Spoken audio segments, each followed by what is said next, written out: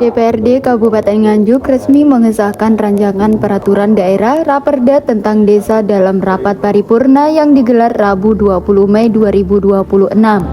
Raperda tersebut menjadi dasar pengaturan baru pelaksanaan pemerintahan desa, termasuk pemilihan kepala desa Pilkades di Kabupaten Nganjuk. Rapat paripurna dipimpin Wakil Ketua DPRD Jianto bersama Ketua DPRD Tatit Heru Cahyono dan Wakil Ketua DPRD Ulum Bastomi. Hadir pula Wakil Bupati Nganjuk Trihandi Cahyo Saputro, jajaran Forkopimda, Kepala OPD, anggota DPRD, Kejaksaan Negeri Nganjuk, serta sejumlah undangan lainnya. Wakil Bupati Nganjuk Trihandi Cahyo Saputro menyampaikan bahwa pengesahan perda tersebut sudah lama dinantikan, khususnya oleh para kepala desa maupun calon kepala desa. Menurutnya, regulasi baru ini akan menjadi pedoman pelaksanaan Pilkades mendatang sekaligus menyesuaikan aturan terbaru dari pemerintah pusat. Ia menjelaskan perda desa tersebut memuat sekitar 180 pasal yang mengatur berbagai ketentuan teknis pemerintahan desa. Hari ini kita rangkaian terkait dengan kampus dan juga raperda tentang desa. Ini yang memang sangat ditunggu-tunggu oleh rekan-rekan khususnya kepala desa dan calon kepala desa. Ya mungkin tidak lama lagi di awal 2027 sudah mulai pemilihan. Ya ini nanti akan kita tindak lanjuti secara garis besar ada di perda ya. Perda ini nanti secara detail nanti akan dijabarkan di perkada dari Pilgub yang nanti akan ditandatangani oleh Bupati. Dari isinya sudah dibaca Pak Wabuk? Ya nanti kalau secara teknis nanti mungkin bisa tanya tentang teknis ya. Intinya itu mengatur terkait detail-detail ya, baik bagaimana ketika BPD atau yang maju itu nanti harus mengundurkan diri atau seperti apa. Lalu ketika kepala desa yang terkait dengan ada permasalahan hukum bisa langsung diberhentikan atau bagaimana, itu nanti detail. Ada sekitar 180 pasal yang memang nanti detail teknis terkait dengan hal tersebut. Jadi banyak sekali yang nanti baru karena menunjang aturan yang baru juga dari pusat. Gitu. Untuk jadwal Pilkada sendiri, kira-kira untuk apa?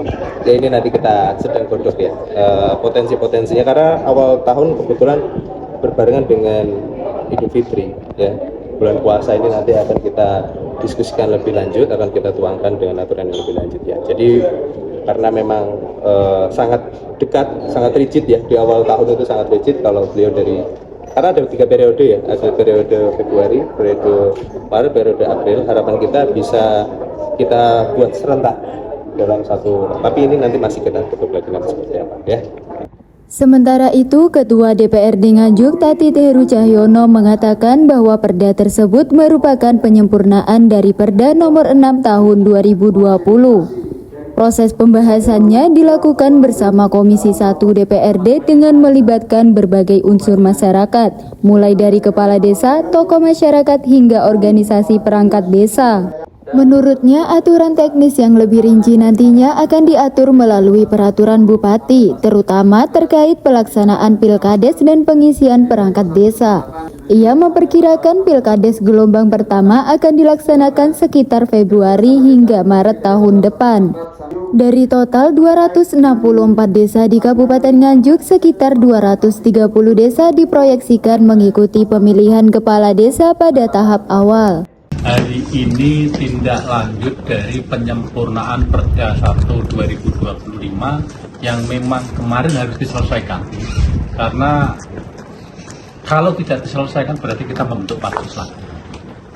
Kalau kemarin ada peraturan yang masih menunggu PP dan akhirnya kita paripurnakan tahun Desember 2025. Dan hari ini penyempurnaan dan dibahas di Komisi 1 terkait dengan penyempurnaan Perda Desa. Nomor 6 nanti kita koreksi bersama. Setelah itu nanti ada peraturan Bupati, hal-hal yang terkait dengan masalah teknisnya. Sehingga terkait dengan pengisian kepala desa beserta perangkatnya, ini memang tempatnya di sini.